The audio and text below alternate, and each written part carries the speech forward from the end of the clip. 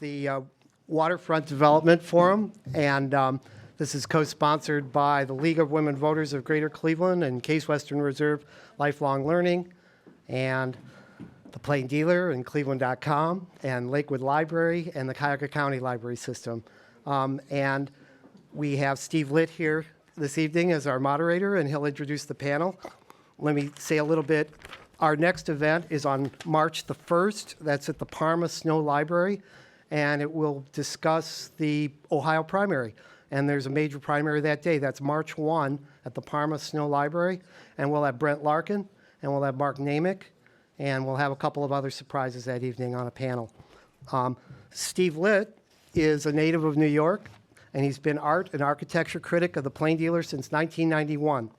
Covering topics including museum exhibitions, architecture, historic preservation, and city and regional planning. He also writes for Metropolis, Art News, Architectural Record, and other magazines. He holds a master's degree in journalism and city planning and was a Michigan Journalism Fellow at the University of Michigan, Ann Arbor. He's been named Best Critic in Ohio 8 times since 2004 by the Cleveland Press Club and the Ohio Society of Professional Journalists. He was the 2010 winner of the Robert Bergman Prize of the Cleveland Arts Prize, awarded to recognize the highest possible expression of art stewardship. Steve Litt.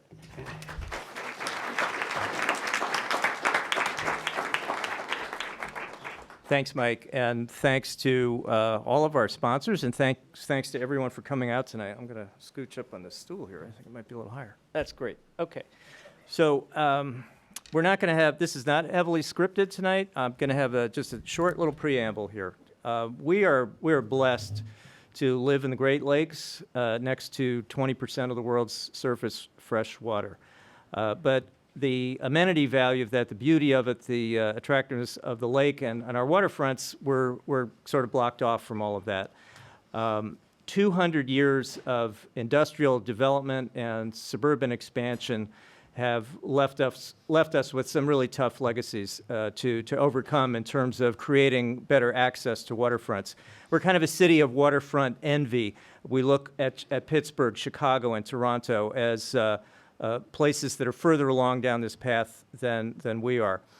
So overcoming all of this, I think, is a mission of our generation and generations to come. Tonight, we're going to take a moment to assess how far we've come in terms of waterfront development and consider obstacles and opportunities. We also want to look at the value proposition of what is the return on investment. And specifically, I want to point out in response to some comments about the Advance article that I wrote about tonight, I found a study that was done by Indiana University looking at the financial impact of the cultural trail in Indianapolis, which is an 8-mile trail, a beautiful bike path that goes around the circumference of downtown. And the university looked at property values assessed values for properties that touch this path and looked at change between 2008 and 2014. And the change was plus $1 billion. So, amenity, beauty, recreation, these things can have a big payoff. I want our panel to look at that tonight. Let's not forget about beauty and enjoyment. Our topic is really big and really complicated, and I know that there are folks in the room tonight who could be on this panel. This panel could be absolutely enormous. But we have 4 people here tonight to talk about our waterfronts and how far we're getting in development and what's the payoff. And there are kind of a mix of folks with varying degrees of experience from the regional level and government down to specific neighborhoods. So I'm hoping this blend will give us a kind of a panorama, and perhaps we can even call on some folks in the audience later on during the question period. So first I want to introduce Joe Roman. Joe, second from my left here, is the president and CEO of the Greater Cleveland Partnership. Brian Zimmerman, to his left, CEO of Cleveland Metroparks. Jenny Spencer, immediately to my left, the managing director of the Detroit Shoreway Community Development Organization. And then farthest from me is Bobbi Reichtell, Executive Director of the Campus District, Inc. And the latter two are community development organizations that are nonprofits working to improve Cleveland neighborhoods. Joe, I want to start with you. It was so timely to read just a few days ago that the Greater Cleveland Partnership has made it a top priority in the local business request to the state legislature for the state capital budget 2016-2017. The top 3 items are water related. Tell us why. I think you hit on it in your opening presentation. And first of all, thanks for inviting me. It's great to see so many people here. Snow and Mardi Gras, and you still came. I appreciate that. You talked about it. So this city is here and has a 200-plus year history because of the lake and the river. We all know that. It was one of the most important manufacturing economies in the world. It still is very important. But it was here because of that natural resource. Unfortunately or fortunately, you can take your own perspectives. The nice thing about having 20% of the world's fresh water just to the north of here is that there's lots of room for different opinions. But the point is, we developed it to service industry. We built highways, we built train, railway stations and various connections to use that kind of connect port authorities and so forth to connect manufacturing to the lake and to the natural resource products our manufacturing economy needed to grow. That's why we were the 5th largest city in the United States. Unfortunately, that development in and of itself meant the connections for all of us, whether we were walking, whether we were riding our bikes, whatever our form of transportation may be, suffered as a result. And we have prioritized connecting to the lake, whether it's the pedestrian bridge, whether it's to Wendy Park, because we think that verb, connect, is the most important verb communities can express. And we can debate what something looks like, or how much it should be, or who can pay for it, or who should, but the point is, we as the individuals who live here need to get there. And the more we can get there and experience the lake, we think that is tremendous for the entire region, and that's why we prioritize those projects. Okay, so I want to focus in a little bit on what those 3 projects are. The first one is the lakefront pedestrian bridge. Correct. And one of these moments here, I'm going to fish through our slides and show you pictures of that. We're looking at the Solstice Park, by the way, in Lakewood, just finished last fall, which I think embodies many of the things that I've been talking about tonight. It's a smaller scale project, very nicely carried out by Environmental Design Group, which is a local design company, and there's the mayor of Lakewood saying hello. Joe, the centerpiece of your request is for $8 million Correct. to support the lakefront pedestrian bridge that will go from the north end of the mall to the Rock and Roll Hall of Fame and Museum. And there's a lot of history with Greater Cleveland Partnership and Cleveland Tomorrow on that piece of land and that idea of creating a direct connection from the mall to North Coast Harbor. Why is that so important?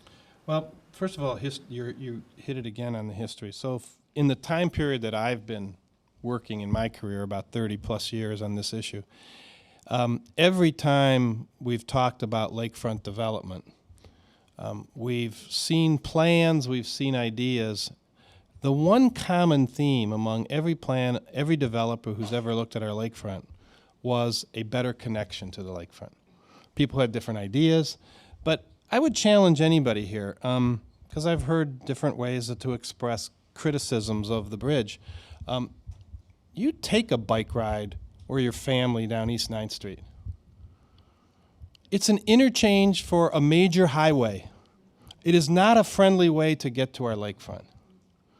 If you want to walk with strollers, walk with your dogs, walk with your kids, walk with your partner, walk by yourself, it is not the best way to envision our lakefront.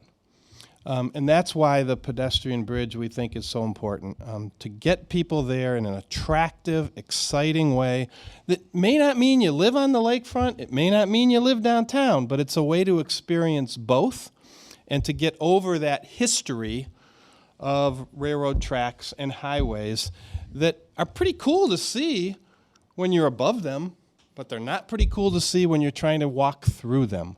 And that's what the idea of the pedestrian bridge is. What do you say when people comment that it's only a 6-month-a-year amenity, this pedestrian bridge? I don't know. I was out, I had a fire going in my backyard on Sunday, and I was really enjoying the weather. And so I don't believe that.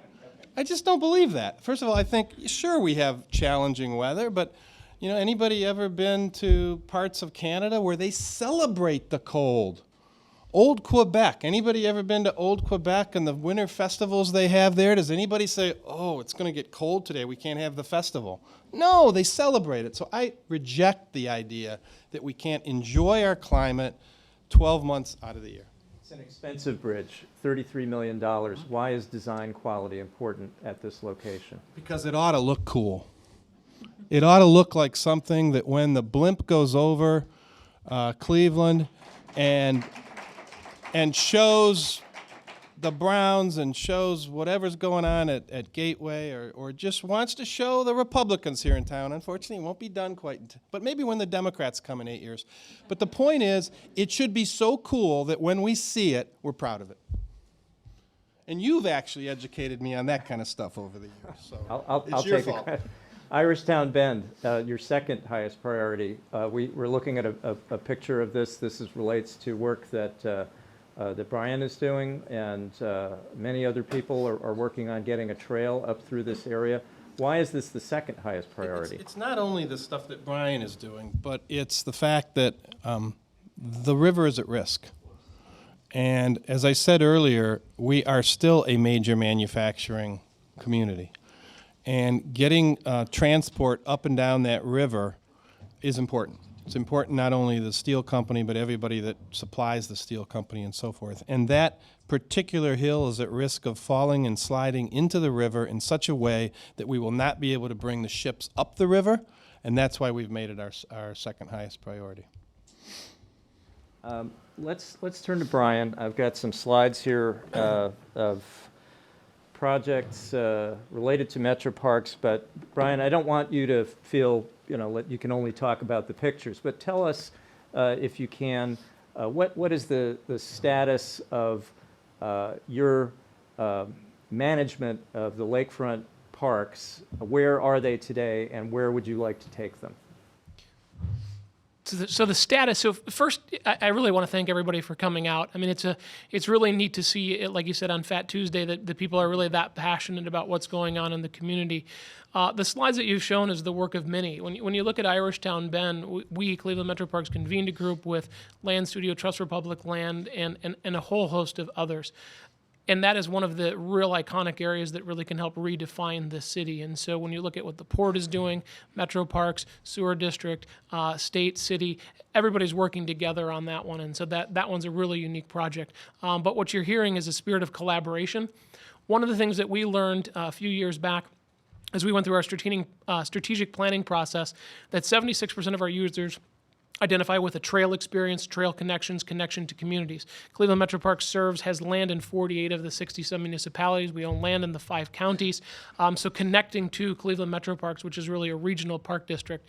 When you look at this replacement structure here at Edgewater, certainly I will tell you is the will of the community to turn these parks back to local control. And bless you. And we had heard a whole bunch of different statements relative to how Metroparks goes about, the excellence. I mean, we're one of only 100 agencies in the country that received almost a near perfect score on our CAPRA accreditation, which is the highest standard of park and rec in the country. So the way we took over the lakefront, Wendy Park, Whiskey Island, Euclid, Villa Angela, Wildwood, East 72nd, East 55th, Edgewater. We really went at it with all of our abilities and have really worked to return it. And when you look at property values, you look at connections up into the community, which we'll hopefully talk about. I sit on Cleveland Neighborhood Progress's board. It's important that the city continue to get better, continue to get stronger, but it's the work of many, not just one. So we're one part of it. We're doing our part. Greater Cleveland Partnership, the communities, development groups are doing their part. It's not just the work of one. When did this management agreement take place, and what were the first steps you took, and where is it going next? Well, I have to be honest, I came here in 2010, and that was really one of the strategic priorities as we developed the plan. We were able to work through, we spent days, weeks, months, years really prepping to take it over. So when everybody saw, well, it was really rapid, there was all the work that ramped up to it that got us to the point where we were able to make them clean, make them safe, and move them forward. So many people hadn't, when we started Edgewater Live, we heard so many stories time and time again. I grew up in this park and I haven't been back in 30 years. And so, if you haven't had a chance to get back, it's a really unique opportunity. I was there, walked the park over the weekend, put 2.5 miles in, and the park was just alive with people. And so this notion of winter, embrace it. It's Cleveland. You just have to deal with it and move on. It's not a big deal. I came from Wisconsin. This is mild. So where's it going? It's interesting that you asked that. I mean, as we turn 100 next year, we're really looking at, and we've got a whole host of people in here to include Debbie Berry, one of our commissioners. We're really focused on making sure those connections. And so when you look at what Bill Stinchcomb did 100 years ago, we've completed 80% of what was on his original plan, and we're looking and embarking on that next 100 years. But it involves this vision of connecting, not just through the central part of the city, but all areas. We look at Mill Creek Falls. We look at the connections to Slavic Village. We look at connection to the zoo along Big Creek. It's really, that's going to be one of our core driving focuses. It was built on a riparian system, the water corridor, Chagrin River, Rocky River. We didn't really embrace the Cuyahoga. You saw Rivergate. That was a really unique opportunity that got started by the Cleveland Rowing Foundation, Gunn Foundation, Cleveland Foundation. A whole group of folks got that together. We helped drive it home. Now we've created this public access on the river. The work that's going on, really embracing the river and water, it's not a bad thing. Does everyone know what Rivergate is that Brian referred to? Okay, Brian, tell us about Rivergate. I think you can put the picture up. Well, this is it's a little sticky, but I'll try to. So the south side. So I call this is Columbus Road Peninsula, but taken many years before Rivergate went in. So just the lower left corner over here, most of what you see there doesn't actually exist the way it does now. It's about a 7-acre green oasis on the Cuyahoga River. The Cleveland Rowing Foundation operates out of there. The city of Cleveland, in partnership with Metroparks, built the Tony Hawk skate park down there with a host of others. We've also put in the work with the Ohio City Bike Cooperative there on the backside of the property. So this is really a recreation hub on the Cuyahoga River. It's really interesting to hear the dynamic. Irishtown Bend happens to be right across from it, and we're really looking at how the foundry connects, which is youth rowing. It's really this unique collaboration. It's like the center of a hub, pulling things together. The Cleveland Foundation Centennial Trail goes around it. The towpath is very near it, which is 100+ miles worth of linear trail. So this is just a really unique opportunity to have green space in the heart of the flats. Yeah, while we're on this slide, why don't you say a few words about Canal Basin Park? Okay? Can you do that? Absolutely. Great. I will do my best. I'm saying this is a City of Cleveland project, but Metroparks is a partner.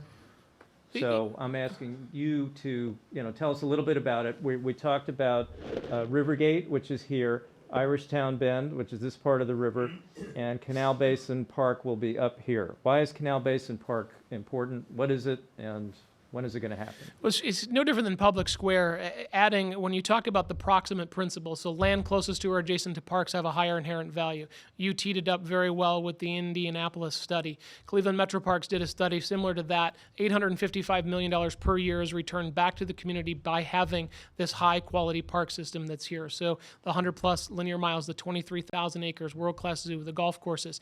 These are continued amenities to help build, residential density back into downtown.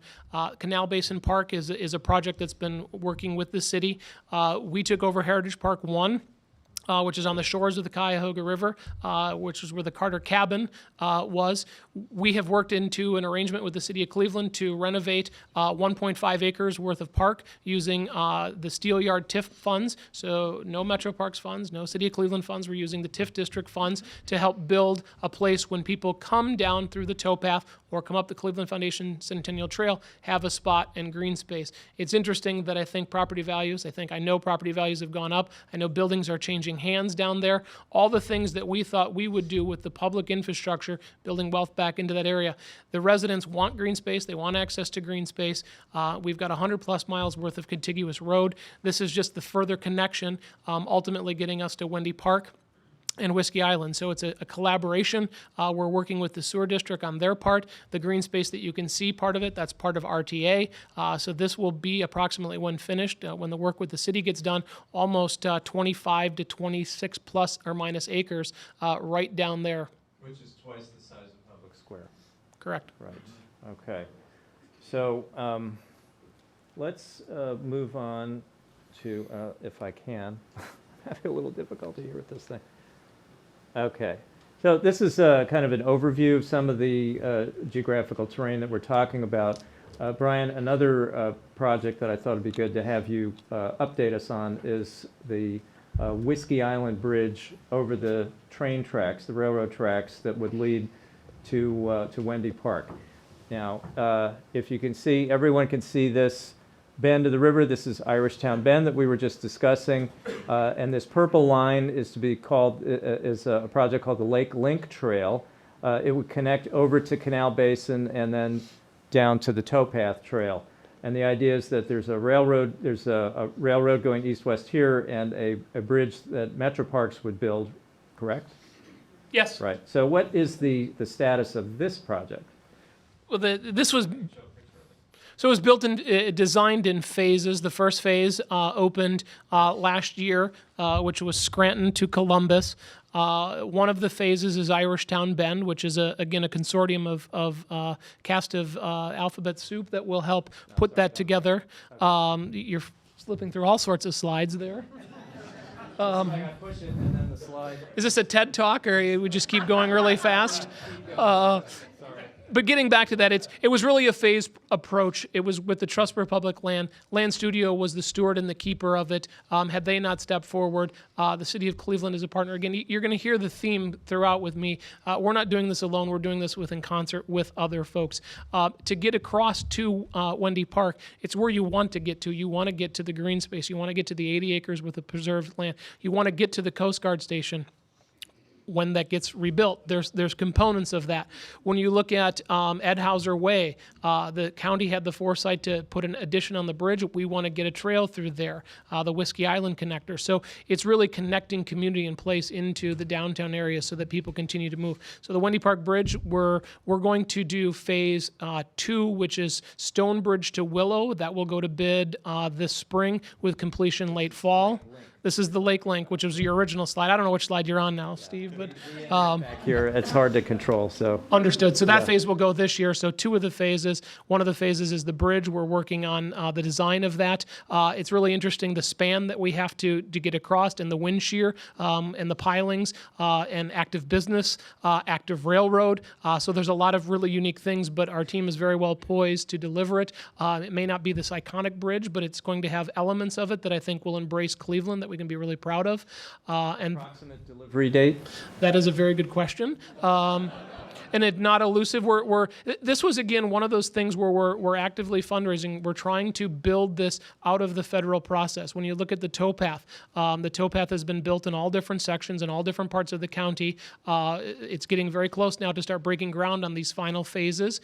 And our goal was to try to do this outside of using federal funds, which I'll give you a quick example. Valley Parkway started back in 2009 between North Royalton, Broadview, and Brecksville. Jim Kostelik is he's nodding 2009. We got funding now this year, so that's 7 years. So if we wanted to get this done, we had to find OPM, other people's money, and we're using foundations, we're using state funds, we're finding creative ways to deliver a project to the city of Cleveland and its residents. So that's what we're trying to do. We're trying to leverage our dollars, our talents, and make sure we can make this connection happen.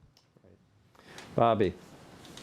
let's talk about the campus district. First, since we're having trouble with our slides, tell us. How about if you pointed it at the I've been this trying to do that. piece of equipment? Doesn't work? No. That's not, no. Okay. I think it's probably got a tired battery. There you go. Oh, here you go. There's a slide you can talk Okay, about. Tell great. people what we're looking at. So what you're, Tell us what the campus district Yes. is. For those who don't know in the room. so the campus district, can you hear me? Yes. Is the eastern half of downtown Cleveland, East 18th to East 30th Street. It's the Eds, Meds, and Arts District of downtown Cleveland. So we have CSU, Tri-C, St. Vincent Charity, the Plain Dealer, what used to be the Plain Dealer. Steve is now in Tower City, right? And we have the Superior Arts District. So we are a community of about 5,500 people, down from an all-time high at the turn of the century of about 30,000. It was a working class neighborhood with lots of industry. But through the process of urban renewal, creating these large institutions, we lost population, but what we've gained is a ton of students. So we have 17,000 students at CSU, 8,000 students at Tri-C, altogether probably about 15,000 employees that work in the campus district. So it's an interesting neighborhood for all of the wonderful assets that we have. We also have some challenges, which are homeless shelters in the northern part of the district. And so we actually are a lakefront community. So as you're looking at this map, There's a lot of stuff between you and the lake. yes, exactly. We have Norfolk Southern Railroad tracks, we have Amtrak, and we have the Shoreway. And then when you get across the Shoreway, you have Burke Airport. And I won't even talk about that because I know that's very controversial and probably there's multiple opinions. But so that's where we are. So we are actually one of the fastest growing neighborhoods in Cleveland. So CSU really started the trend back in, 2010? No. 2012, I think, was when all of the new dorms opened up. And so we have a residential campus now around CSU. The private sector is investing. The downtown building boom and the huge number of both millennials and empty nesters moving downtown have created great opportunities in the campus district that we probably wouldn't have seen if it weren't for the strength of downtown. So this slide is a picture from a study that your organization recently finished, or no, it's in draft form, and you're It's going to completed. be presenting it And soon Michelle to. Johnson, raise your hand. Where's Michelle? Hey. She is one of the authors from Environmental Design Group. Yep. Right. So this So- this is a study that you did in collaboration with the St. Clair Superior Neighborhood Organization just to the east. And tell us what we're looking at and why you did Yeah. this. So the reason we did this, when I came on board at the campus district in 2012, started talking to my colleagues, CDCs, and we said, you know what? We are lakefront communities, but we have no access. And I live in the Detroit Shoreway neighborhood, where Jenny works, and yay, and have seen the transformation that Cleveland Metroparks has created, and we knew all of the investments that the Metroparks were planning for Gordon Park and the lakefront, and we thought, you know what, this is our neighborhood's biggest asset outside of these institutions, and we really need to link them. So thanks to NOACA funding, their Transportation for Livable Communities initiative, we got a grant, and we were able to hire Environmental Design Group and Baker Engineering to study how could the campus district and St. Clair Superior neighborhood get connected to the lakefront. It's tough because you've got the highways, and there are no bridges, and you can't get down there. So Right. Right. what's it going to cost? You're proposing some east-west trails so that people can move back and forth in a more friendly environment along the lakefront, but getting back up to the neighborhood. You've got a 50-foot bluff and a quarter mile of all of that concrete and railroad to cross. So one of the things we had to decide early on was, were we going to go for the Cadillac version that the Detroit Shoreway neighborhood has, or do we want to see it in our lifetimes? Being a really pragmatic person, I wanted to see something in my lifetime get built. And the rule of thumb is that it takes roughly 8 years from concept to construction on any kind of infrastructure project, whether that's roads, sewers, or trails, bridges. When did you first start proposing that bridge connection from the mall to the Rock Hall? 5 years ago. Yeah. So Bobbi, it's a very optimistic. But she's better than we are. Yeah. Thank you. So we decided to go the pragmatic route, and so we're not talking about slowing down the Shoreway. We're not talking about creating intersections and roads and all of that. It's still an expensive proposition in that, you know, we will have to seek all kinds of different sources to fund this. But what the plan calls for is, one, replacing that nice attempt, but kind of a pitiful trail that runs along the north marginal road. So there are lots of downtown employees that come running out, and really there are phone poles or power poles. There are fire plugs right in the middle of the trail. So it's a bad situation, and for biking, it's even worse because the condition of the road is awful. So first, it calls for creating a 10-foot wide multi-purpose path on the north side of the marginal. That will require having Burke Airport move their fence, yes, 3 feet north, and that was kind of an argument, and we won the argument, and we're Taking inches.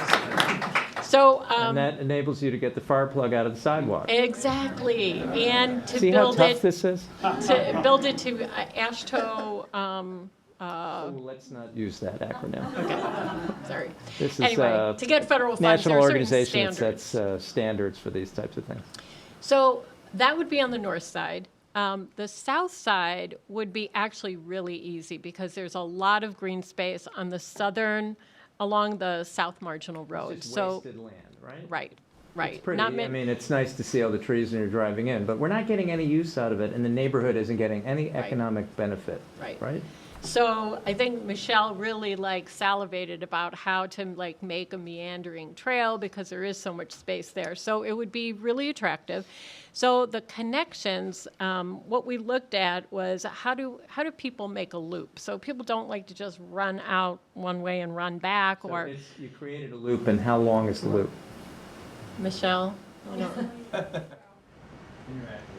8 miles. 8 miles. So you get some good exercise, and it's going to be beautiful. How much does it cost, and when do you think this could be Well, delivered? let me tell you how we get there first. So you had asked, about the bridges, the connections. So what we're proposing are 2 bridges. So at East 18th Street, from the city's parking lot, we would construct a bridge over just to the south marginal road. So it would land you on this new trail. Is that what we're looking at here? Yes. Yep. Okay. And then at East 40th Street, which is just out of the view of this, Picture sort of there going would this way. actually be a bridge that would go all the way over the Shoreway, a new Right. bridge, right? And it would land approximately around the Aviation High School. So what we'd love to do is take more space and not even have Aviation High School there, but Burke Airport has plans for it to use it for storage. And so, again, we were accommodating. We worked with the limitations that we had, but We think this plan actually is very feasible. And you asked how much it costs, and Just a round number, ballpark. so the East 18th Bridge would be 5.3 million, and the 40th Street Bridge would be 4.5 million. Okay, and the rest of the And trail the work? rest of the trail is probably like 12 million, Okay, so this is 13.1. this is $25 million that we're talking about. And estimated delivery, what do you think? How many years will this take to? So it's probably boring to the audience to learn all the steps you have to go through. A quick, your gut idea of how long it's going to take. I would say my hope would be that we would be under construction within 4 to 5 years. And the challenge is that there's a long list of projects on NOACA's capital plan. So that's The federal cities, money that would come into the right, state. so it would be federal, state, local match. And all the general- funding cycle issues that Brian was talking about apply here as well. Right. Okay. Let's turn our attention to Detroit Shoreway. And Jenny, I want to ask, you sent a slide. I'm not sure I'm going to be able to get to it. I'll try to grope through all of this. But the idea that we're trying to get at here is that connecting to the lakefront will help economic development in your neighborhood. Could you talk about that? What is the impact that you see coming out of the West Shoreway project, and specifically that West 73rd Street connection that cuts under the railroad tracks and then takes you down to West 65th Street and the gateway to Edgewater Park? Right. Hi, everybody. And actually, I'll start for those of you who don't know our neighborhood, the Detroit Shoreway neighborhood. The organization I work for serves 13,000 people on the near west side of Cleveland. We're between West 45th Street and West 85th Street and from Interstate 90 to the lake. A lot of you might have heard of the Gordon Square Arts District, which is pretty much the downtown of our neighborhood. It's our main commercial corridor. We also have another fabulous commercial area, Lorraine Avenue. If you haven't been down to Lorraine Avenue lately, I highly recommend you should check it out. Probably Mardi Gras might be a good night to check it out, as a matter of fact. So we actually have also there the Lorraine Avenue Antiques District. Part of our neighborhood is called the Eco Village. We have fabulous transit connectivity. We have the RTA Red Line. We have 2 really active RTA bus lines on Detroit and Lorraine. And of course, we have, flanking the northern part of our neighborhood, a 151-acre park, Edgewater Park. So I can't actually take credit for the Cadillac because that would probably be, I should give a shout out to Councilman Matt Zone, who's not here tonight, but he has been advocating for the Cadillac since 2001. And I think what Steve is referencing is economic impact. I should actually do one more preface by saying that my organization is very dedicated. We have a very diverse neighborhood. And my organization is incredibly dedicated to maintaining the diversity of our neighborhood as a mixed income community. That said, what we're seeing now is just this unprecedented level of private investment. And I'm going to cite a few specific projects, Steve. Battery Park, right? Oh, yeah.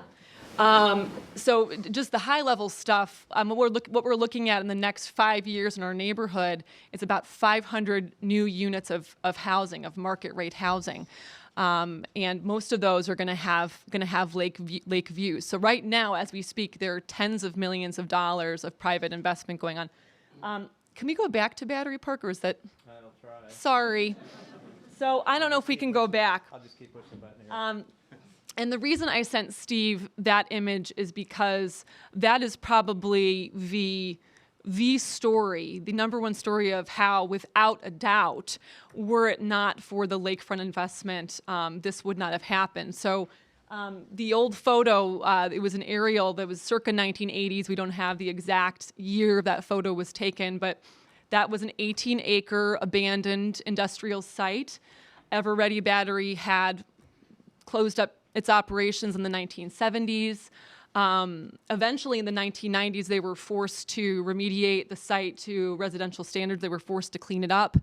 But still, residents were looking at 18 acres of industrial buildings and who was going to pay to demolish those buildings, and how could you ever have any redevelopment there. There were a couple of pedestrian tunnels that have an awesome, for those of you who are into community organizing, our neighborhood is actually very much an activist neighborhood now.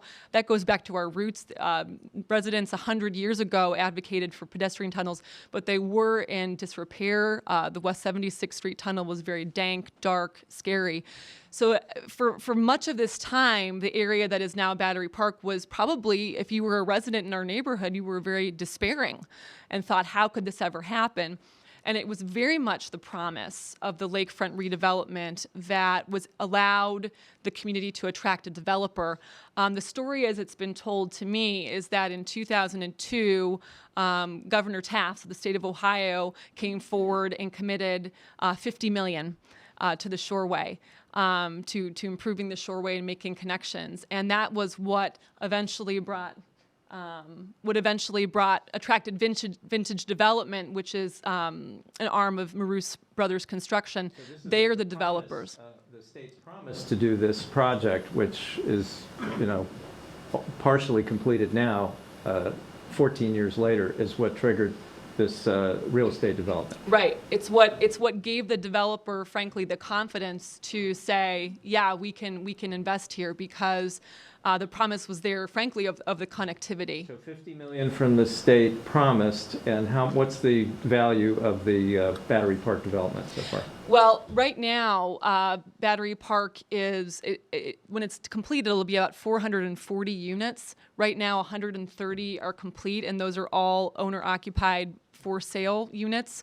A future phase would have market rate rental as well. I don't have the official number, but what we have calculated is around $100 million investment. Just for that? Just for that. Just for that.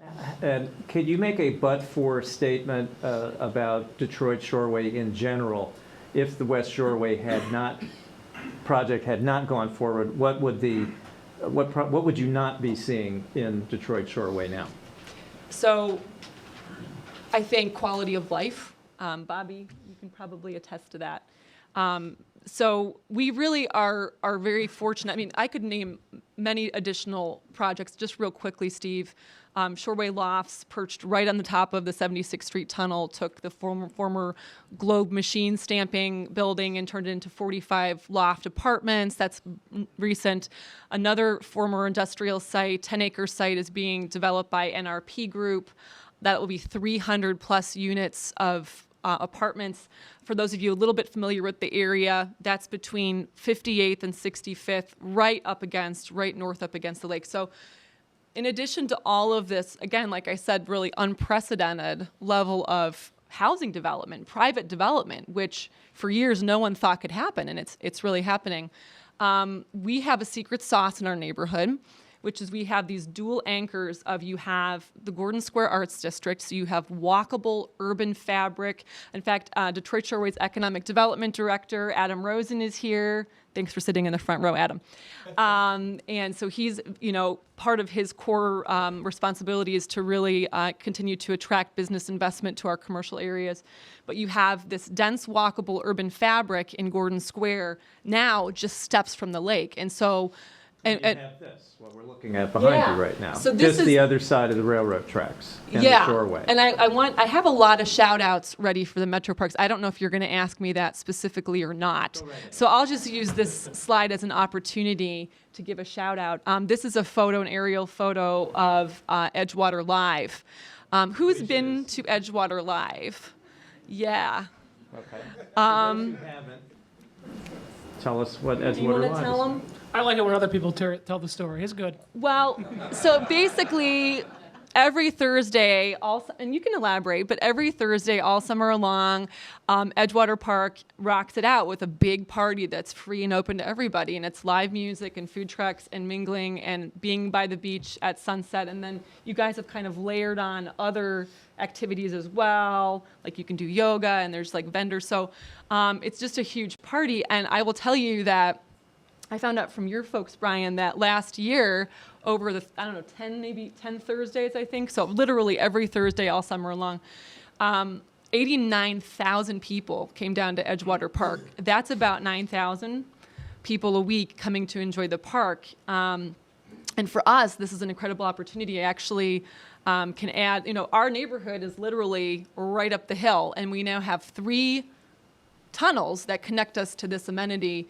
And what we're doing right now is working with the Metroparks. We actually worked together on a grant for a pilot project to do some wayfinding, because we really think there's a neat opportunity to connect the beach to Gordon Square and vice versa, for people who don't yet know how easy it is to get from one to the other.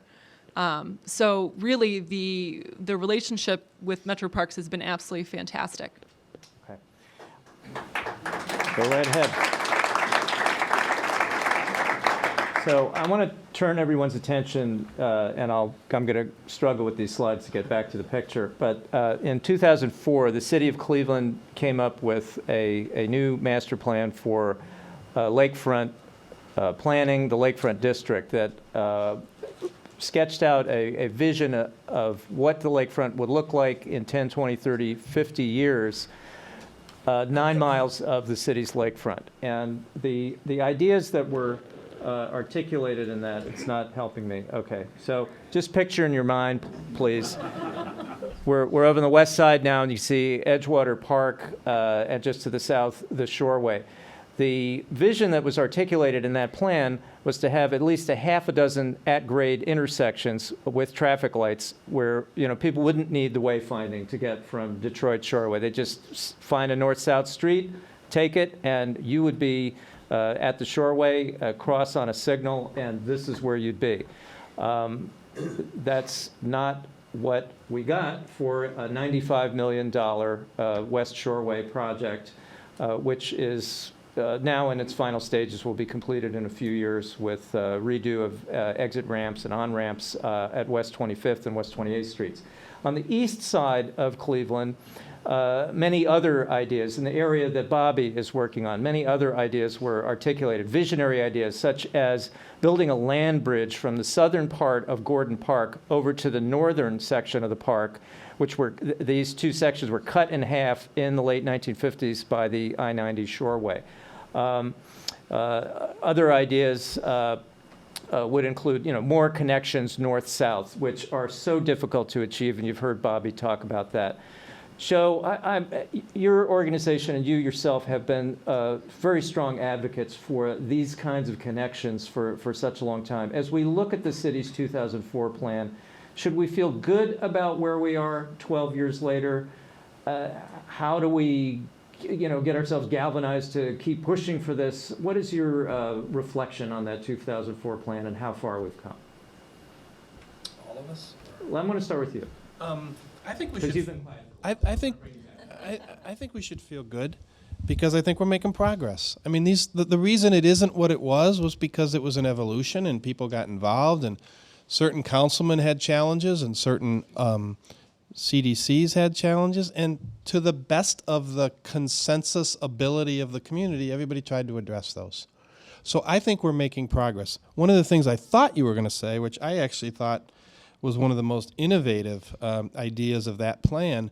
All of us have come in from the far east side of our city, East 140th, East 152nd. We've driven in on I-90, and I-90 sort of bends around, and you get really close to that one spot where the water's coming over the rocks, and you can see the fishermen, and then you see the North Marginal, and you see the airport, all that.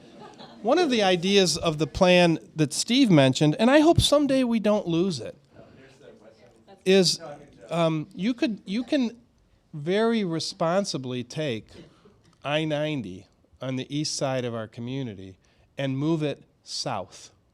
If you moved it south and tucked it up against the railroad line, you would create immense new areas of property along our lakefront for development.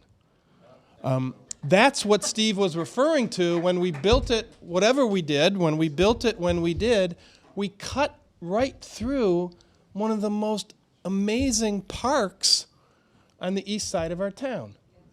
And we disconnected them. We obviously impacted the value of those parks by putting an 8-lane highway in between, and which impacted the neighborhoods. That highway could be moved. So those of you who want to close Burke, or those of you who want to do something else, By moving that highway to the south, you could get hundreds and hundreds of lakefront property for development. It's a stretch because we know the federal government right now doesn't even know how to fund federal transit.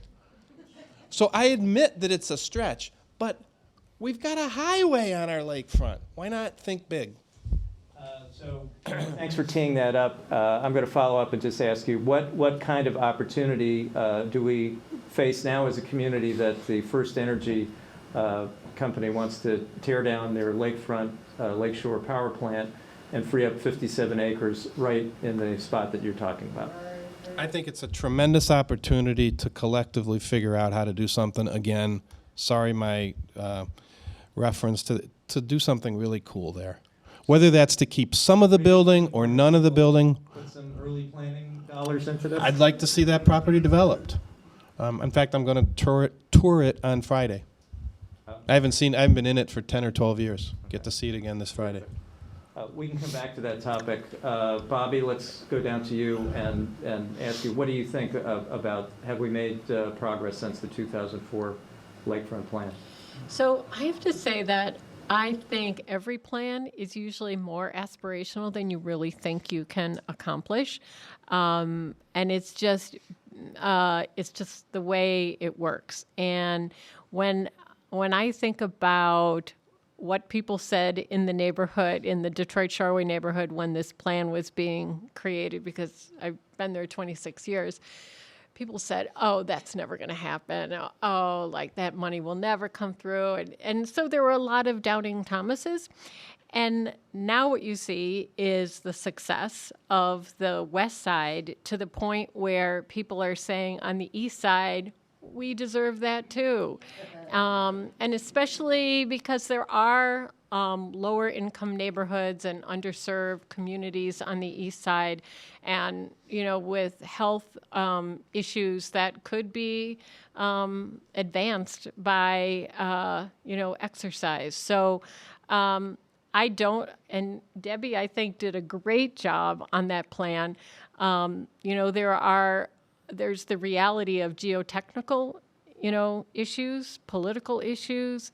The power plant, their plan is to spend $50 million, but it wouldn't even clean up the contamination, so it couldn't be used. So, everything comes down to dollars, which is why we have to increase our gas tax, really, because there is such a backlog of projects that could be advanced with additional revenue, both new projects and then kind of the fix it first, mentality of let's maintain what we have also. Steve, I think on that particular project, it could be the community decides the best use for it is a park. That's what the community needs to decide. But it's going to take a lot of early planning money to assess the soil. It's going to take a lot of look at, investment by a lot of people, I think, because it is a big site. How you connect it to things. Big site. Right.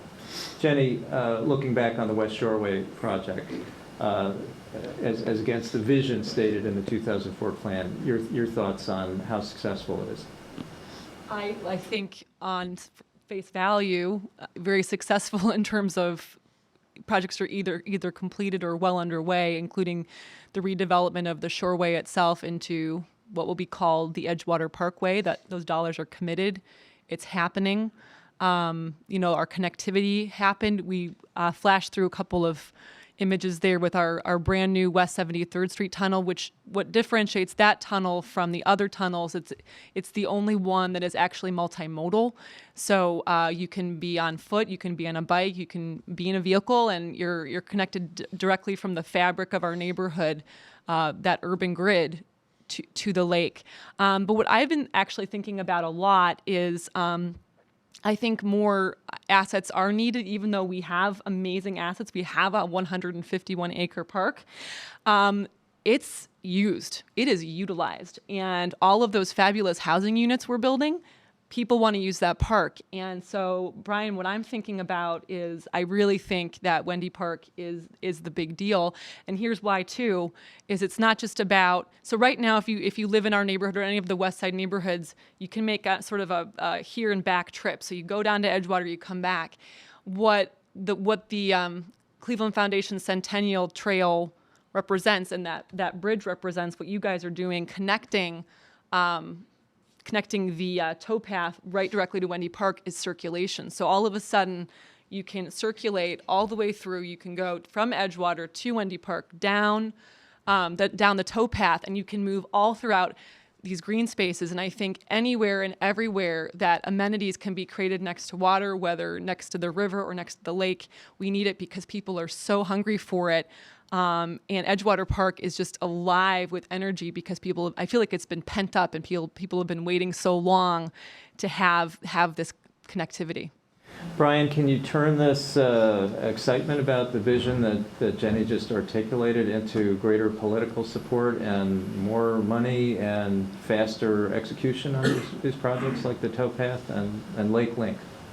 Well, the towpath is kind of set. I mean, I think it's in its process and it's going to run its course. Metroparks built their sections. We're working in the city of Cleveland now, 4-party agreement, long been talked about. But sections did get built already and more sections to come. It's a slow process, but when you use federal funds, you have to work through that. Getting results, I think, is the key driver. Seeing pavement go down for the Cleveland Foundation Centennial Trail. We got funds and we were in the ground the next day. We had bid the project, so people want to see results. When people talk about Indianapolis, next summer we're hosting 150 park professionals from out North America to come here. We have to be doing a better job telling our own story here, and that's one of our big challenges. People talk about Indy and Chicago.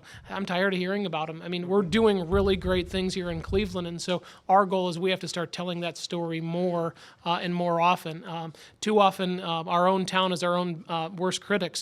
We have to get over that. I'm not from here, but get over it. We're moving forward. Things are happening. Plans are getting completed, and things are actually getting done. I'm going to bet, since so many people were so enthusiastic in coming out tonight, that there are a ton of questions in the room. So I want to use the time that we have remaining to us to try to get at some of those questions. And I'm going to hang on a second. I want to say a couple of things about this. Please keep your questions brief and one question per person. Okay? Let's start with you, sir. First of all, this is Edgewater Park would not be in existence in its present state except for the policing powers through the metro. People feel safe. That comes up with all people that I work with. God bless you for that. And thank you for keeping the beach clean. And don't forget Merwin's Wharf around that bend there. Put a plug in. We'll get revenue for the park. We're on it. What was it, Merwin's Wharf? Merwin's Wharf. Do you want to say, for those who don't know what Merwin's Wharf is, Brian, tell us what it is. It's a Bruce Rinker, one of our commissioners, calls it the Green Oasis, the lily pad. It's kind of a center of focus. It's a restaurant built with an education facility tied into Kurt's in the back, the Cleveland, the Rowing Foundation. There's so many really neat things that are happening down there. It's a really awesome spot. It's on the Cuyahoga River. It's got great views of the city. To see the multimodal transportation go over. Lenny Stover's in the audience, the Red Line Greenway. It's really, again, this really unique opportunity to connect, and we're seeing development come off of it. That was the intent, that more good things would happen. So, I've got a written question here, which I think I could broaden, but there's been a lot of reporting lately about the U.S. Army Corps of Engineers pushing this idea of dumping dredge material from the river directly into the lake.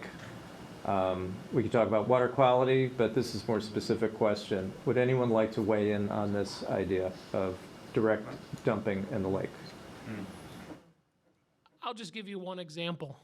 You talked about cleaning the beach. We have worked very hard with the Regional Sewer District. I know they're often not thought of as a partner, but they've been a strong partner. They've been working with us on cleaning the beach.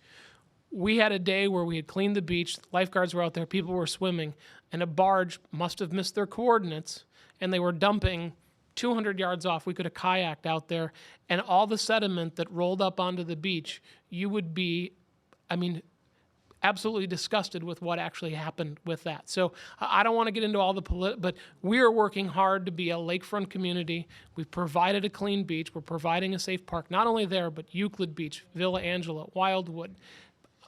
I can say I don't want to go any farther than that, but we saw it firsthand. I don't know if I necessarily said that, but I can tell you the results of it.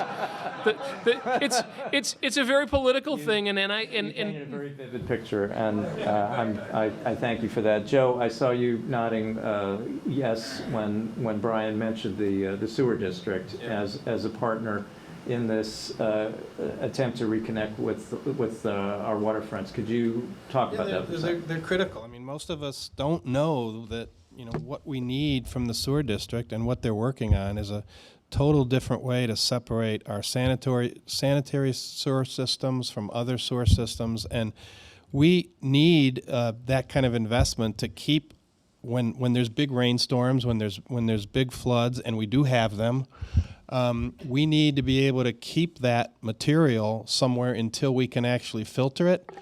And we don't have some place to put it. The only place to put it is in your basements or out in the lake. And so for a long time, they've chosen the lake. What we need is a different way to handle that, and that's what the sewer district is working on. It's critical. So the investment that we're all being asked to make through our sewer bills is worth it. I think so. Yeah. Let's talk about social equity.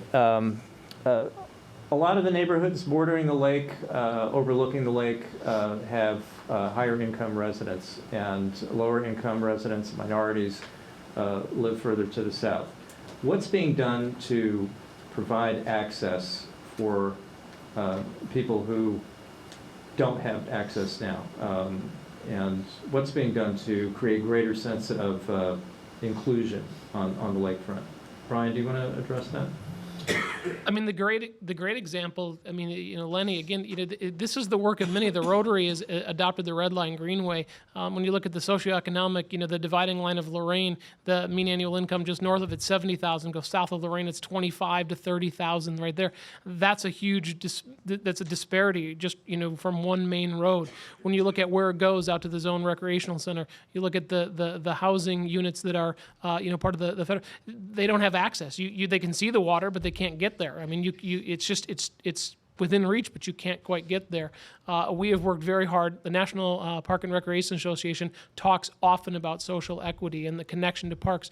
We're within 12 to 15 minutes of everybody's doorstep. Our goal is to get that closer. Minneapolis, which is often talked about as one of the great linked park systems, theirs is under 10. We have to keep pushing that envelope forward to make those connections where people can have access not only to the water, but to the green space. Bill Stinchcomb, 100 years ago, was a visionary, a pioneer with the Olmsteds, to think of it that we have access to 23,000 acres, 17 plus or minus 1,000 with the Cuyahoga Valley, and almost 10 in each of the surrounding. There's over 70,000 acres worth of preserved green space for our children, our grandchildren, our decades to come. It's really a remarkable thing, but balancing and getting people there, and once they get there, they have to be able to see themselves in the park. It's a huge challenge. We're working on it.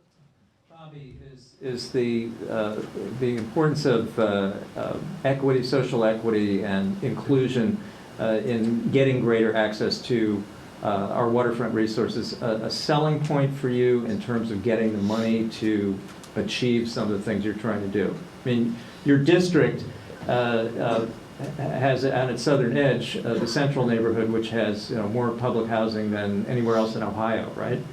So. Yes, So it getting does. that connection north across the highways and the railroads for all those residents of the lakefront is something that the campus district could be achieving with your plans, right? It is, and to answer your question, I think it depends on the audience. So when we had a planning meeting a few weeks ago, and I said, the east side needs to have the same access as the west side, Brian said, you know what? We've been working on that for the 5 years since he's been there. And so I think we have to choose our selling points carefully with different audiences. I think with federal and state funding sources, that is a critical point to make, and that people could relate to that. Other audiences don't like this idea? Oh, no, it's... Okay, I got myself into the mess here.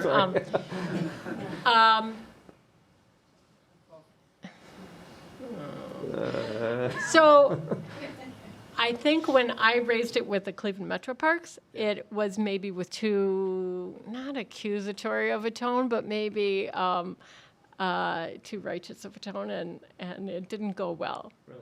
Yeah. Okay.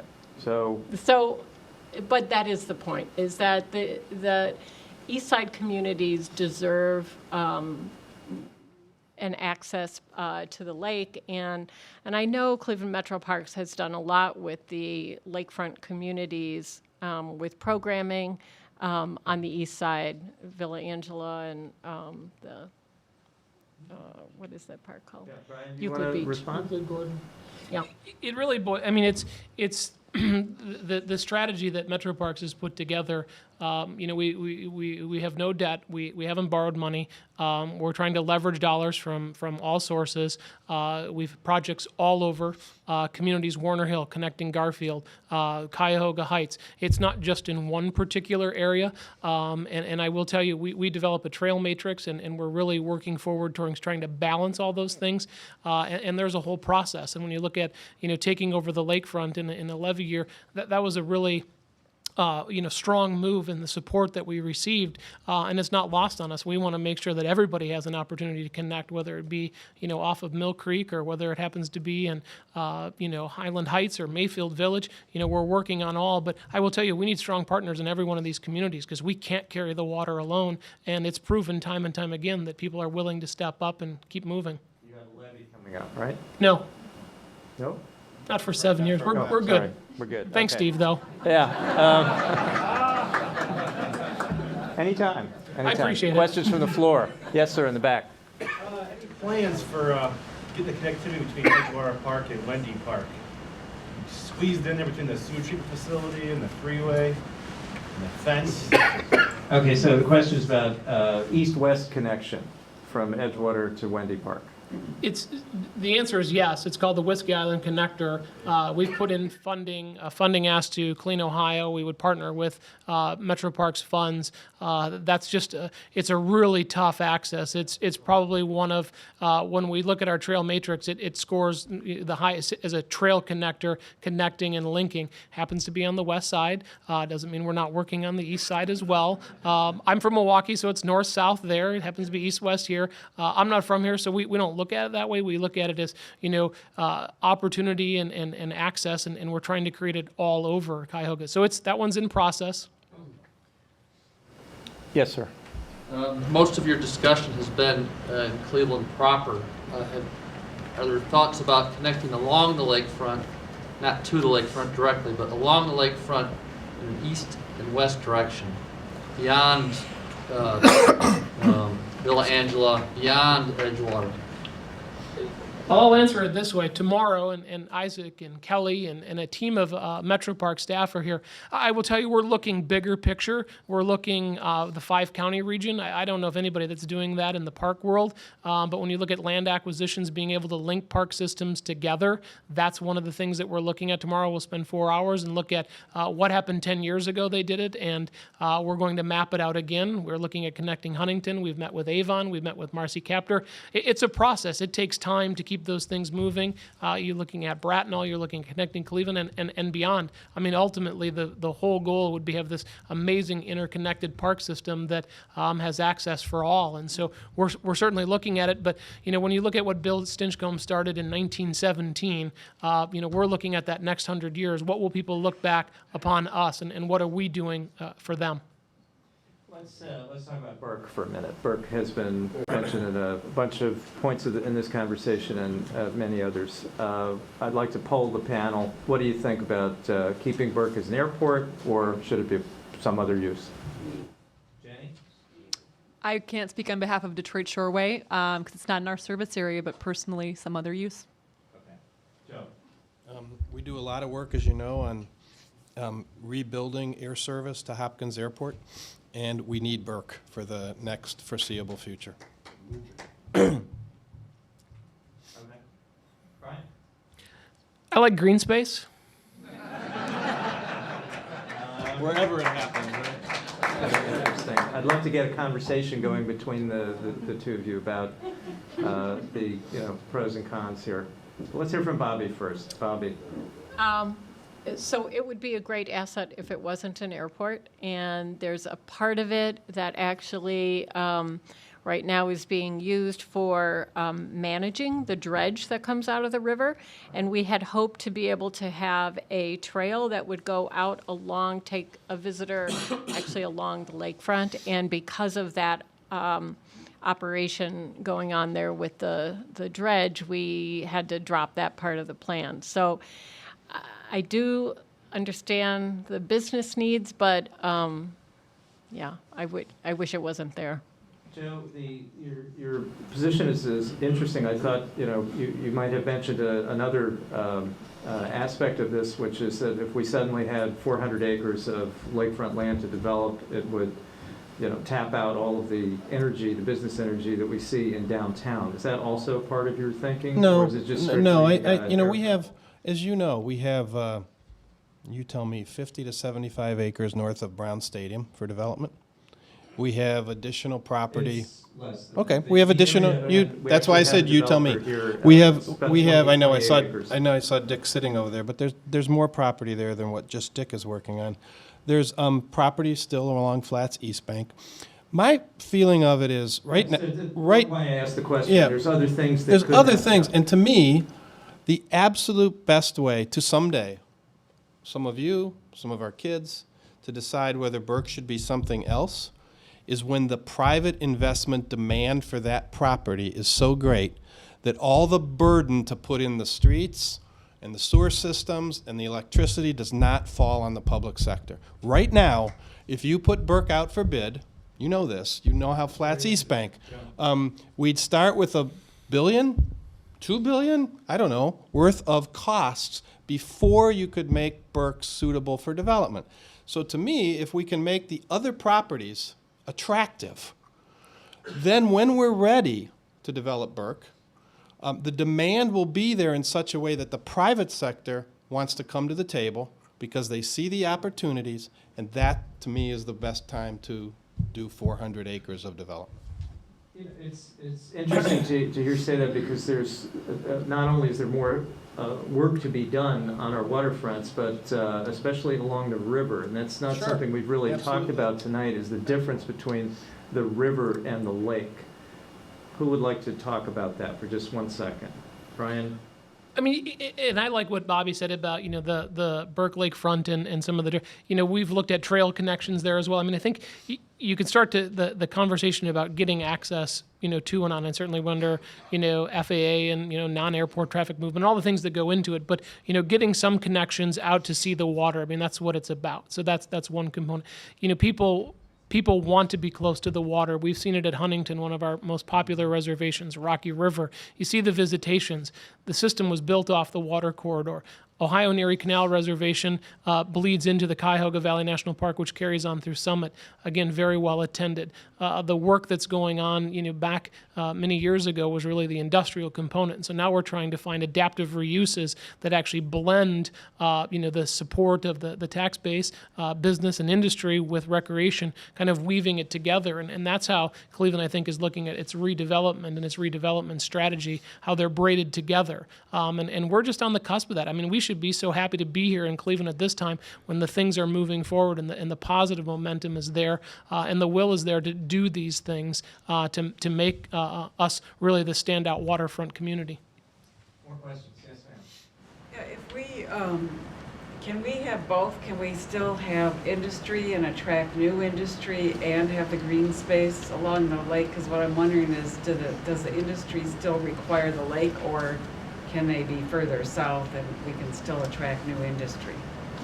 Did everyone hear the question? The question is, do we have industries that are still working on our waterfronts that need to be there, or can some of them move to other locations? As I mentioned earlier, to answer one of Steve's questions around our support for one of the Capitol Bill projects, one of the reasons we don't want the hill to fall into the ground or into the river is because ArcelorMittal is a gigantic part of our economy. And where they are located requires access in that way. So I think we can share, but I think we need to be creative. And that's why the thing I mentioned earlier about moving the Shoreway farther south could open up. So I think there's lots of ways to do that, and we just have to stay at it. It's not easy. And Steve, I can just add to that real quickly that in our neighborhood we still do have a number of active industrial businesses. At this time, they're there because of the rail line. It's not really actually the water. They sprung up because the second or first most active, I thought it was the second most active rail line in our entire region, happens to be along our lakefront, and that's why they're there for the rail access. So the water access, in many cases, may not be the deciding factor. Just a real quick question. You've talked about putting the walkway in from Merlin's Wharf over along the East Bank all the way to the Flats construction, the new project. Has there been any thought about taking that and maybe coming up with a path that would link that along the old railroad tracks over to where the Brown Stadium is and where the Rock and Roll Hall of Fame is? I mean, back in the old days, you used to be able to walk those tracks to a game from Vegas, and that was a great, nice shortcut, right? To the stadium. So pick up those little stones that were used around. It was an unfettered walk, and but it would be a nice addition if you could link those things all the way from Merlin's Wharf all the way over to the North Coast, I guess. Has there been any discussion of that at all? I mean, the answer is yes. I mean, we have a built-out environment, and I will tell you, nothing's easy. When you look at the one stage that's been installed as far as the towpath, I mean, it was Harshaw Chemical was sitting in the middle of it. I mean, that was a decades-old problem that finally is coming down. When you look at the conductivity you look at a San Antonio or Milwaukee River, some of those other connections, I will tell you, our team is diligently looking at it. We're looking at partners like the RTA, partners like the Flats East Bank. I mean, the opportunities are still there. It's hard. It's not easy work. It's heavy lifting, but we're trying. I mean, I think it's, to have the next level of success for this city is we have to keep pushing those ideas forward and trying to find solutions. More questions, please. Yes, right here. Hi. Could you stand up? Thank you. Yeah, sure. I'm sorry. I came here 20 years ago. I'm sorry, from Chicago. Wondered why everybody was so down on their own city. I said, this place is beautiful. What are you talking about? Let's buy a block. I didn't have the money for a block at the time. Instead, I renovated 2 crack houses in the middle of a block in Detroit, Shoreway, Gordon Square, whatever you'd like to call it, whatever a realtor decides to call it on that day. What's your question? And it brought the street up. What's your question, please? My question is, can the executives, you want a vibrant business community, that airport has to stay. I was in Chicago in the Daly years in a SNIT, he closed Meigs Field. Those little planes. And he already had 2 airports. Right, but those executives, they are pampered. They like to come right in on their little planes and right out for meetings downtown. And excuse me, Hopkins, and the little one we have. Right, so It you're was a in big favor of keeping mistake for. to get rid of it. Do you have a question? Well, I would also like to see the path connected to the suburbs as Chicago, sorry. And the development will move by itself southward. Okay. You won't have to put a dime in. Okay. Let's see, could we have another question? Yes, sir. Can you tell us the status of the bridge that was proposed from Voidovich Park across that little inlet and the Edgewater Beach, the new building that you had the picture of? You had pictures of both Yes, of I them. did have a picture of the drawbridge at North Coast Harbor up for a second. Anyone here have any information about that? You probably know better than Anyone here from the city? No? Wants to talk about that? My understanding is that it's stalled. I'm working on it. Please keep reading the Plain Dealer. Does that mean Sunday or? No, you know how it goes. It's going to take a little work. Yes, sir. What about the pedestrian bridge at University Circle? I'm going to ask Joe on that. What's the status on that? I haven't heard. Pedestrian bridge at University Circle. Right. You're talking about from the Art Museum over to the Temple? Over the Temple. Okay. Right. Interesting question. I suppose waterfront related because it goes over Dome Brook. Right? A little bit of a stretch. That's okay. Case Western Reserve University has not released any plans about that yet. They're starting to leak out because there was a University Circle study of new pedestrian amenities that they want to create on surrounding streets, and it showed the general outlines of what they want to do, but no design has been released yet, so we're still waiting. Behind you, yes, ma'am. Hey, Steve? Yes? Let me finish the question. He kind of asked two questions, but the beach house is, we're working with our contractor on a guaranteed maximum price. We had it kind of set early, but the numbers didn't come back as an awardable bid, and with all the construction going on. Correct, and we don't know if it was relative to all of the other work that's going on in Cleveland. With the Shoreway being under construction and limited access, we're going to wait till we get better access into the park and hopefully get some better numbers. So it's still our goal to get it built. We would have liked to have been broken ground already, but stay tuned, it's coming. 2018, 2019? 2017. 2017, okay. What am I bid? Joe, you wanted to add something? No. Okay. Yes, ma'am. Joe, when you talked about development, I assume when you're talking about private development, you want more housing downtown. But my question is, do we really need that when Bobbi's neighborhood and Jenny's neighborhood have all this growth and all this potential?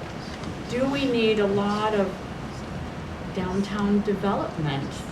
Or do we want to just push for public access along water as far as we can get, as much as we can get? I don't think it's either or. First of all, if we're paying attention to our downtowns, the demand for downtown housing is through the roofs. Bad pun, but it is. And that is contributing to a new ability on the city's part to attract young talent. And that young talent can be just as oriented towards making their second purchase in Detroit Shoreway or someplace else in the city. So it is an attraction that we compete with in terms of other cities. I also don't think it's exclusively housing. I mean, I think there's opportunities. If you go to Flats East Bank, there's housing, there's retail, there's office development. They all contribute to one another. If you have office development, you have restaurants that can stay open at lunchtime. So you need, I think, all. So I don't think it's exclusive to housing, but I think it's part of the mix that is bringing the city back. Way in the back against the back wall. Yes. You're First sitting. of all, Could you stand up so we could hear you, please? First of all, I'd like to commend everybody on the panel for your work. I think you guys are doing a heck of a job, and thank you. You're not limited to one question. You can. My question is, I've read a lot about the Port of Cleveland expanding and wanting to grow. How does that fit in? And can they all play in the sandbox with all this development? The question was about the port. Does the port want to grow, and are they playing in the sandbox nicely with everybody else? And can they? I mean, we talked about the Port of Cleveland becoming a great center, and they take a lot of waterfront, and I'm just wondering how they fit into all the plans. I mean, it's interesting. People talk about Ontario, Toronto. Toronto's waterfront. It's this weird blend of business and industry and shipping. I have a 13-year-old son who absolutely loves the ships. He knows where they're from. He knows what's coming on them. I mean, it's an integral part of the city. I mean, I don't think we can turn our back on it. It's there. We have to continue to work. We work with the port on various projects. In fact, where the taconite comes in for ArcelorMittal is right where we talked about the Whiskey Island connector. So, Will, when you look at it, the 88-acre, that's the Cleveland Lakefront Nature Preserve, it's open. It's connected now to Gordon. He's 72nd, he's 55th. So you're seeing a spirit of collaboration to their business model. I can't speak to. That would be a question for Will, but they're working with us in a lot of different ways, and they're being very helpful. Yeah, I would agree. We worked with them a lot, and maybe you've noticed a year and a half ago, they started a new direct liner service to Amsterdam, which is a new way for companies in our region to connect directly to ports throughout Europe. And companies are starting to see it, use it, and value it. So hopefully that can grow. Yes, right in front, right. Yes. With the pedestrian bridge, I was under the impression that the problem we didn't build it was finding a firm that could do design build for the amount of money we had. Is that an issue that we have to worry about, or is that just? You're talking about the pedestrian bridge from the mall to the Rock Hall, right? Yeah, I don't think we have to worry about it. I think we have to deal with it. The first price that came in was higher than we thought, so the community went back to rebid it, but eventually we'll bring it in under the right. The important thing is to bring it at a price that's effective, but also, again, one that we're proud of. Not a straight bridge that looks like, it's something that would be built, anywhere in the world just to connect things. We want it to be, I don't know if iconic is the right word, but it's got to be a statement. It's got to be cool. And we want to see it. We want to see it. We want to take people to see it when they come to visit us in Cleveland. We want to walk over it when our visitors come to Cleveland. That's the kind of presence it has to have. Boston that designed it? Are we looking at that same design for the bridge that we saw a year ago? Well, I don't know what specific design you're referring to. The designer is architect Miguel Rosales. He's still on the job, and I understand that they've narrowed the selection of design build candidates to 3 teams, and we'll be negotiating with one of them. And we'll be covering that. We'll be covering that. Yes, sir, in the plaid shirt. Brian, you mentioned the Lakefront Preserve. Are there any plans to improve the connectivity of that with back heading south to the cultural gardens and the area where the entrance and exit ramps for the East Shoreway are?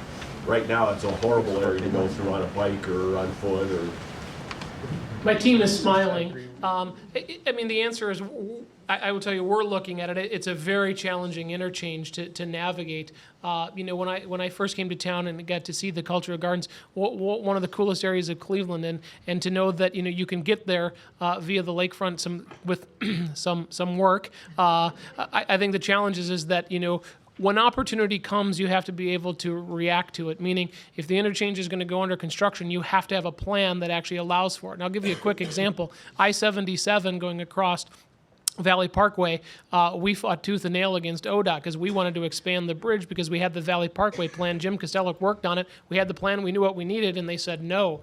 Well, thankfully, the engineers got it wrong. Close your ears, engineers. But we were able to get the bridge 14 feet wider because we had the plan.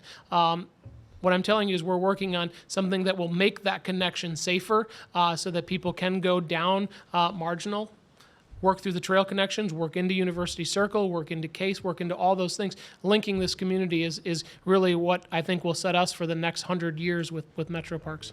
I think that, Brian, as I listen to you and the others here on our panel, it just seems to me that building on top of what's been accomplished over the past 12 years since the 2004 Lakefront Plan, the next 10 years are going to be pretty exciting.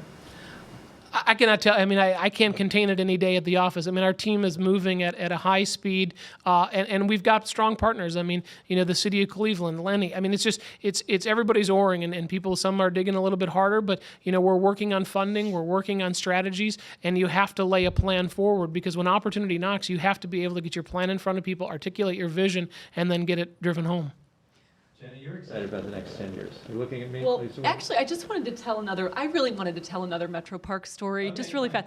So yeah, I mean, there's some big impacts that have to happen, but impact can be big and it can be small and make a difference. One of my favorite stories is, so basically taking what we have and making it better is what we're doing too. Quick Metroparks story, when they took over operation of Edgewater Park, someone on your team went in there and realized that because no one had ever limbed up the trees, there were parts of the park where you couldn't see the lake. So you're at Edgewater Park and you can't see the water.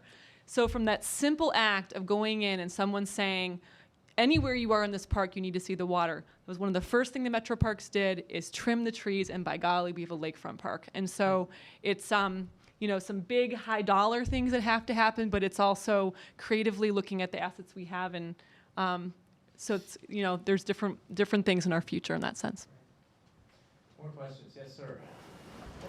Since you talked about trees, let me follow up with that. This is a question, a little bit of a comment. A lot of people around here know I'm a consulting arborist, and I do a lot of speaking. In fact, I was in this room a couple of weeks ago talking about that. How are you going to avoid the mistakes of the past as it results to, we talk about green space, we talk about tree canopy, there's all sorts of studies about, the intangibles of health issues. the tangible issues about reducing the urban heat island effect. So the Metroparks and the park systems, that's all low-hanging fruit. That's easy. When you're talking about remediating neighborhoods or buildings, even on a one-by-one basis, or big areas, soil issue is the biggest issue. We plant trees in teacups and then wonder why they die after 6 years. The average tree in the urban environment lives 13 years. That's average. You get no benefits from small trees. So what I want to find out is, how are you guys looking at those issues and not repeating the mistakes of the past? Because everybody that drives down Clifton's Boulevard through Cleveland getting to downtown is going to see all the dead trees in the median because it was a poor decision to plant those where there was in the middle of an asphalt ocean. So how are you going to avoid the mistakes of the Who wants to talk about trees? Yeah, Brian, is that? He said I like green space. I like trees. I like green space.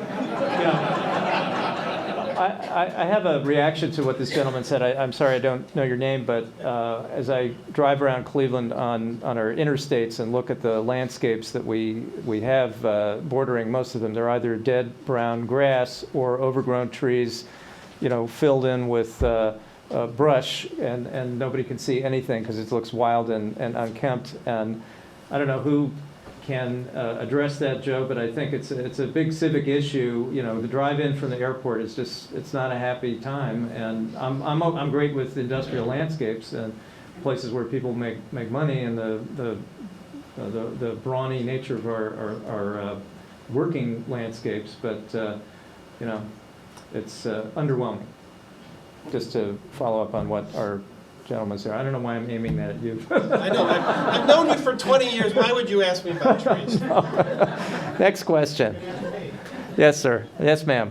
Please. This is actually for you, Stephen. I'm going back to bridges. I really applaud the fact that Joe does not want to compromise, that the bridge over to the lakefront needs to be a thing of beauty. And my question for you is, why was the new bridge from the west side into downtown not a thing of greater beauty? It's so mundane. So you're talking about the I-90 bridge over the Cuyahoga Valley. I think was a result of the design team that got chosen. And to me, the selection of a designer is absolutely everything. You can squeeze an engineering firm that doesn't have much talent and creativity, and you're never going to get a good result. So they had a great designer on the team named Christian Men, who designed some of the most famous bridges in the world, and he had some very exciting ideas for how to solve this problem of getting an interesting bridge across a relatively narrow river that doesn't require a very high structure with a lot of spectacular cables and things like that. The Cuyahoga River does not require a solution like that. So Christian Men came up with a wonderful idea that I thought would have been quite beautiful. We published it in the Plain Dealer, and really didn't go anywhere because ODOT said it was not feasible at the cost. They apparently couldn't figure out how to get it built. So what we got was what we got. And I agree with you, it's kind of boring. Yeah. Next question. Yeah, I didn't know that my question about another east-west connection between North Coast Harbor and the Flats East Bank. There doesn't seem to me to be. Could you speak up a little? We're having trouble hearing. Really, my question's about another east-west connection between North Coast Harbor and the Flats East Bank. At the moment, it doesn't strike me as a very high-quality connection. I mean, technically, you can go from one to the other. I think that needs a lot of improvement. Wondering what kind of plans. Are you talking about the streetscapes, or? Well, if you had a pedestrian bike path and you wanted to get from, basically the boardwalk to Flats East Bank, and you wanted to get over North Coast Harbor, you can do it, but it's not a very good connection, in my opinion. So I would assume to really have a great lakefront, that's going to have to be a great connection and very high quality. Well, I think connectivity is a big theme tonight. People want more of it. You guys are all working on it. The connectivity from Canal Basin to the Browns, from North Coast Harbor to Flats East are topics of great interest. But Brian, I'm wondering if you could update everyone here about the water taxi. And is that something that we're going to see this summer? Is it a 2017 thing? What's the status of the water taxi? This year, the bird is actually, it's purchased, it's here. We finished the docks. Again, it's really designed to, to connect. It's interesting how much a river can actually divide a community. I mean, when you look at the Flats East Bank and all the work there, you have to get down to center before you can get back across, or you have to go up over one of the bridges. And when you look at cities that have waterfronts, they figured out how to make it. It is bike accessible, it is handicap accessible. We use it as a tool, to help connect. I think we're a little bit ahead of the masses. We're hearing other stories of more development down there, but we're using it to get people. We toured this past year. We had some challenges with ODOT painting a bridge while we were trying to work, so we worked around that. We used it at Merwin's, and we took people up and down the river. Of the thousands of people that went on it, 90% of them had never been on the Cuyahoga River before, and we found that absolutely astounding. That it's a water community, it's a Great Lake community, it's a Cuyahoga River, one of the most historic in the country, and 90% of those people had never been on the water before, and so it's opening up a whole new paradigm by which people look at the city, how they connect to the city, how they move. It is not designed for booze cruise. That's not what it was designed for. It's designed to connect people. It's designed to connect the East and West Bank, to move people around. And people talk about North Coast Harbor. That busy bridge is a huge challenge, and so that's why the bridge that we're trying to build over to Wendy Park, because there's an inlet there and there's a potential connection over to Voinovich Park. All those things I think will come in time as demand of the community warrants it, but there are some thoughts on that. We're using the facility, the 1170 as it's called, as an education area for people to get information, to help tell the story about the green space that's here, about what's accessible and about what's possible. So it's well into process. We're working on the hours of operation. This is something pretty new that we're embarking on, but it's a neat project, and I think it's really going to help Cleveland. Just these last two. So lady in the hat back first, and then down one front. There's been some really wonderful comments about biking and walking, which I really appreciate, but how does public transit connectivity fit into this conversation? At the outset, I said we to really cover this topic, we'd need to have many other agencies at the table. You'd need ODOT, RTA, everyone. The folks that we have here tonight they're frankly not the transportation people. They're providing other kinds of services. Would anyone like to comment about transportation? Do you have a more specific question about it? I was just wondering how it fit in general. I think you guys have done a really good job elucidating the connections between partnerships that you have in a lot of other places, and I'm not hearing a lot about public transit. So just wondering. I can tell you from our end, we look at it. I mean, it's, we have 1,591 acres in the city of Cleveland of parkland, and we're challenged at times. When you look at the roundabout that we're putting in at Edgewater, it was designed so that the bus can come off and have a bus stop there. So that's one area. We look at the water taxi, goes right next to the waterfront line, so we're looking at a connection there. So when we look at the Red Line Greenway, that's another connection. So I apologize I didn't hit on it. It was more kind of on waterfront, but we look at it at all possibilities of where we can make that connection. Where people don't necessarily have to be dependent on a car. And Steve, I need to add, so RTA dollars are at risk, and that is going to take advocacy at the state level. There is an organization in Northeast Ohio, the Ohio Organizing Collaborative. Is that the right name, Caitlin? There's a woman at the back of the room, Caitlin Johnson, who's actually helping to lead that initiative. But basically, one of the ingredients of success for our neighborhood for its future is its access to public transit as we become a more dense community. Very important to have public transit, and those dollars are continually at risk. RTA is actively cutting lines, and so we need to have better advocacy at the state level, period. Bobbi, you want to add anything? In our plan, we were really looking at north-south and east-west, and our neighborhood is fortunate to have really good public transit, east and west. North and south, not so much, and that's everywhere in the city. This doesn't get to the lake, but one of my favorite public transit experiences are those trolleys downtown, the free ones that the corporate community and RTA and the city of Cleveland have all kind of rallied together to make that a free service, and it's pretty great. It's Terrific. We have one more question? Yes, sir. Steve, in your article, you talked a little bit about the payoff for waterfront developments. And one of the projects that I see that gets kicked in the shins every once in a while is, and I'm hoping the panel can kind of help us understand what the payoff for the work that Canalway Partners and the Ohio and Erie Canalway, you know, that idea of connectivity, I don't think it's very well understood by the public a lot of times, and there's a lot of inertia sometimes in getting those things done.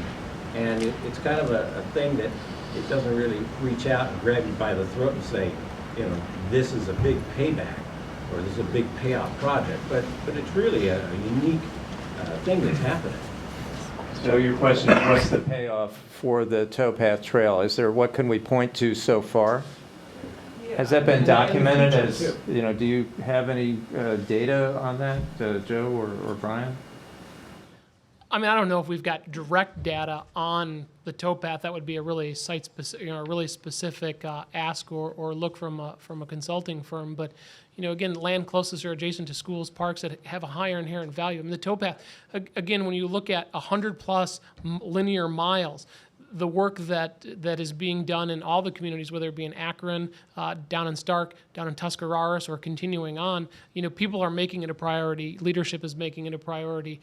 Mayor Jackson's made it a priority with then Executive Budish, or Executive Fitzgerald, now Budish, Cleveland Metroparks. The last miles to get up into Canal Basin Park, I mean, having come from outside, everybody's like, why couldn't it? It is extremely hard work. It is unbelievably hard to navigate the things, crossing roads, crossing rivers, crossing railroad tracks. It can take lifetimes to get through some of those hierarchies to get to the people that are getting the answers. And it's taken time, but there's a lot of great people that are working forward. One section, 0.75, is done. Canal Basin Park is starting to come. I think we need to celebrate what's possible and then start to look at the spur. But when you look at Warner Hill, Cuyahoga Heights, Cleveland Heights, Mayor Bocci with Alcoa made a connection to the trail that comes out of Ohio and Erie Canal. So mayors, they're realizing the connections and the possibilities. So I think it's something that can be quantified down the road. But no study like the Indiana University thing that points to specific increase in assessed values at this point. Not on the trail. Yeah, it's expensive to do that kind of work, but maybe we should be doing it.